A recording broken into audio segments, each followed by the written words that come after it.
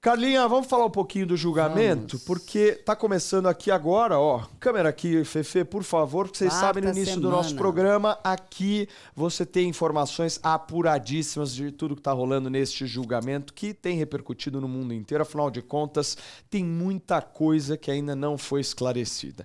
Eu vou contar para vocês rapidinho como foi a sexta-feira, porque o 18º dia, de julgamento foi marcado por alguns relatos angustiantes e uma ameaça direta da defesa contra uma das testemunhas.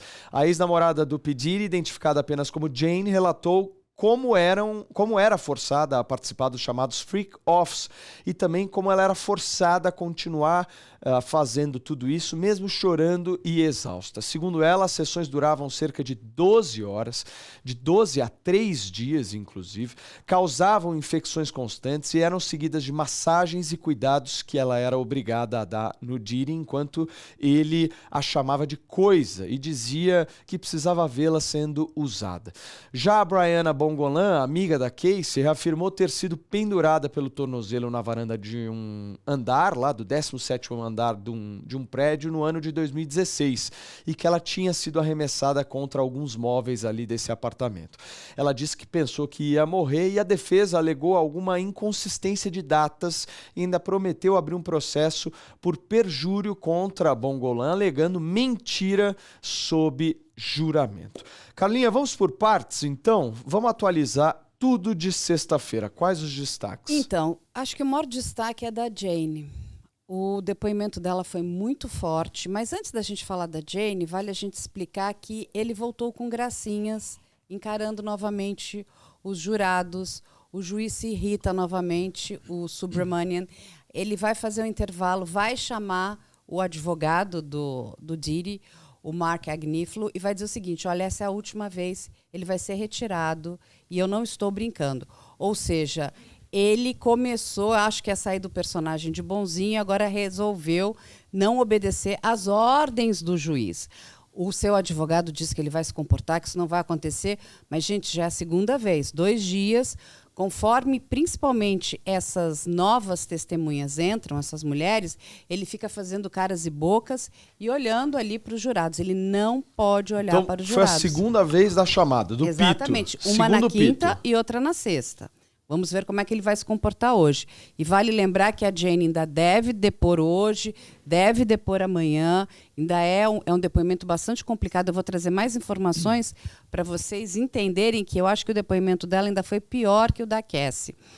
E o que acontece? Os seus advogados entraram com pedido de anulação novamente na sexta-feira, impetraram esse pedido. O juiz ficou de analisar, mas as nossas fontes nos informam que isso não vai dar em nada. O juiz vai dizer, segue, porque os advogados dizem que toda a base da acusação é em cima de mentiras. A gente sabe que isso não é verdade, as provas são bastante fortes, e eu trouxe, até estava mostrando para o Paulo no comecinho do programa, a ação civil que a Cassie moveu contra o Diddy, né, em 2023, aquela ação que rapidamente eles entraram num acordo, ela entrou com a ação no dia seguinte, ele pagou os famosos 20 milhões de dólares que ela teve que contar agora já em juramento ali quando ela depôs. E quando você vai ler o conteúdo dessa ação, gente, é muito triste, é muito chocante o que essa mulher conta. Mas antes da gente contar a história da Cassie, vamos contar a história da Jane. A Jane vai trazer aqui algumas informações e eu vou ler as falas dela, porque eu acho que isso é bem interessante, né? Porque o Diddy vai obrigá-la a carregar uma quantidade bastante grande de êxtase. E isso é tráfico, você não pode, né? Imagina, carregar êxtase de um lado para o outro. Ele obrigava. E ele obrigava. E aí, o que acontece? Ela vai contar que a assistente dele vai dizer para ela, não, mas isso é ok, eu faço sempre isso não dá em nada. Ou seja, levando as drogas de Los Angeles para uma festa em Miami. E aí ela chegou, né, a contar que ela teve várias infecções urinárias, né, e teve candidíase quase semanalmente. Ela não tinha tempo de se recuperar. O que o Diddy fazia? Ele colocava ali médicos de plantão. Quem são esses médicos que se prestavam a esse tipo de papel e de serviço?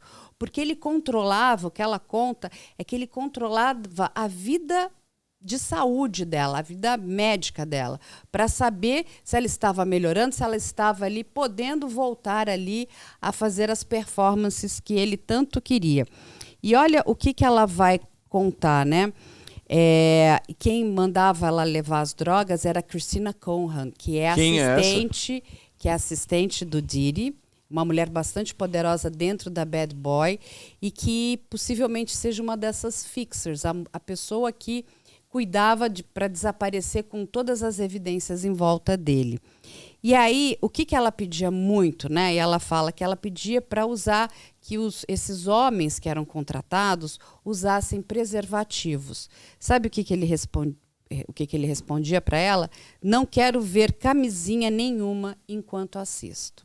Ou seja, ela era obrigada a performar sexo com múltiplos parceiros sem nenhum tipo de proteção. Por isso que ela ficava doente o tempo inteiro. E ela ficava, pelo que ela conta aqui, o tempo todo. E olha só uma outra coisa que ela contou. Ele obrigou ela a colocar piercing nos mamilos. Ah, não é possível. Sim, tá aqui. Ela mostra as fotos. Só que ela teve uma infecção horrorosa. E ele dizia para ela, você é minha coisa. Você não tem escolha. Então, assim, nitidamente, o depoimento dela mostra que o Diddy não vê pessoas, ele vê coisas, ou seja, ele tem empatia zero. E isso começou a perturbar muito os jurados. O juiz teve que fazer pausas mais longas para que os jurados pudessem, né, se recompor, porque os relatos dela foram muito fortes. Do outro lado, a defesa o tempo todo tenta colocá-la como uma mentirosa, uma golpista, que quer dinheiro dele, enfim, mas não está colando. E essa inconsistência de datas, Carla? Então, o que acontece, né? Até conversando com psicólogos, o que eles contam para a gente? As pessoas, elas entram até numa estrutura de proteção contra o trauma. Algumas coisas vão ficar muito visíveis na sua cabeça, outras você começa a misturar até por uma questão de autoproteção. Quando você olha a quantidade de vezes que essas mulheres eram obrigadas a performar sexo só para agradar o Diddy, porque a gente está lidando com um perfil de um homem extremamente perverso e sádico, né? E de novo, elas falam muito sobre sexo, mas não é sobre sexo. Quando você conversa também com os psicólogos, eles explicam para a gente que é sobre poder. É o poder que ele exerce em cima daquela determinada vítima. Horas seria a Cassie, horas a Mia, a Gina, a Jane, quem quer que seja. Então, assim, ele tinha o domínio. E não era só sobre as mulheres, sobre os homens também. Porque ele não queria saber, ele pagava e falava, olha, você está ali para fazer o que eu estou te mandando. E a gente sabe que muitos desses profissionais do sexo, eles querem se proteger, né? Então, o preservativo é uma questão de autoproteção. E o que eles contam é que era muito complicado isso. Sim. Que ele não queria, ele queria assistir sem proteção. Ô, Carla, eu tô aqui com algumas mensagens que foram trocadas do Diddy para a Jane, da Jane para o Diddy, em 2021. Só para vocês terem uma ideia do cunho que é o negócio e na linha do que a Carla está trazendo. Então, olha só o que ela mandou para ele. Preciso de um respiro e uma pausa de você. Isso não me faz sentir nada bem. Você não me merece. Ela manda pro Diddy. Aí o Diddy responde para ela dizendo o seguinte, em áudio. Você é doida pra cá. Fique triste, enlouqueça, faça o que você quiser. É melhor você começar a trabalhar. Só isso que te falo. Ou seja, claramente ela manda uma mensagem para ele na linha do tipo, pelo amor de Deus, tem um pouco de piedade, né? Isso. E ele vai lá e joga o aspecto empregatício, a relação de poder econômico que ele tinha ali. Ele, né, usava toda, né, vamos dizer, né, todo o entorno dele, né, de pessoas também com bastante poder, para intimidar essas vítimas. Ou seja, elas relatam o tempo todo que elas tinham muito medo. Elas tinham medo pela vida delas, pela vida da família. Elas não sabiam o que ia acontecer. A gente está falando, de novo, gente, de um homem